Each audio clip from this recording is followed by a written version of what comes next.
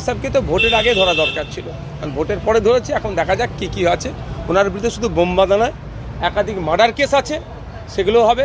ভাঙড়ের রাজ্জাক তৃণমূলের নেতাকে এই শওকত সাহেবের ইন্ধনে খুন হয়েছে, সেই মামলা হবে। আমাদের 3টে কর্মীকে পঞ্চায়েত নির্বাচনে খুন করেছে, সেই মামলা হবে।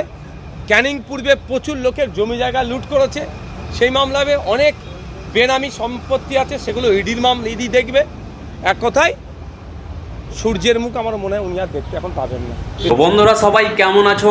আজকে আপনাদের যে ভিডিও দেখাতে যাচ্ছি, শওকত মোল্লা গ্রেপ্তার নিয়ে নওশাদ সিদ্দিকী কি বললেন, চলুন ভিডিও দেখুন। এই ভিডিও দেখার পরে আপনাদের কি মতামত নিচে কমেন্ট বক্সে লিখে অবশ্যই জানাবেন। এখন ব্যাপারটা হচ্ছে, অনেক আগে এদের গ্রেফতার হওয়া দরকার ছিল। শওকত সাহেবের দক্ষিণ বামুনিয়া গ্রামে চালতাবেড়িয়া অঞ্চল ভাঙড় বিধানসভায় বোম তৈরি করছিল, যে বোম দিয়ে আইএসএফ তথা বিরোধীদের উপরে আক্রমণ করতো, প্রাণে মারতে আর চেষ্টা করেছিল। কিন্তু বোম তৈরি করার সময় বোম ফেটে একজন মারা যায়, বেশ কয়েকজন গুরুতর চোট হয়েছিল, আঘাত পেয়েছিল।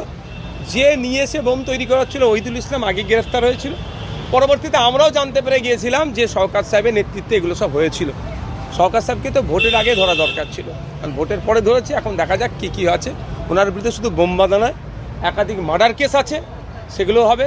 ভাঙড়ের রাজ্জাক তৃণমূলের নেতাকে এই শওকত সাহেবের ইন্ধনে খুন হয়েছে, সেই মামলা হবে। আমাদের 3টে কর্মীকে পঞ্চায়েত নির্বাচনে খুন করেছে, সেই মামলা হবে। ক্যানিং পূর্বে প্রচুর লোকের জমি জায়গা লুট করেছে, সেই মামলা হবে। অনেক বেনামি সম্পত্তি আছে, সেগুলো ইডি দেখবে। এক কথায় সূর্যের মুখ আমার মনে হয় উনি আর দেখতে এখন পাবেন না বেশ কিছু। আজকে দিল্লিতে তো বন্ধুরা, যেমন কি আপনাদেরকে আমি ভিডিও দেখালাম, এই ভিডিওটা যদি পছন্দ হয়ে থাকে তাহলে লাইক অবশ্যই করে দিবেন এবং বেশি বেশি করে হোয়াটসঅ্যাপ ফেসবুকে বন্ধুদের কাছে শেয়ার করে দিবেন।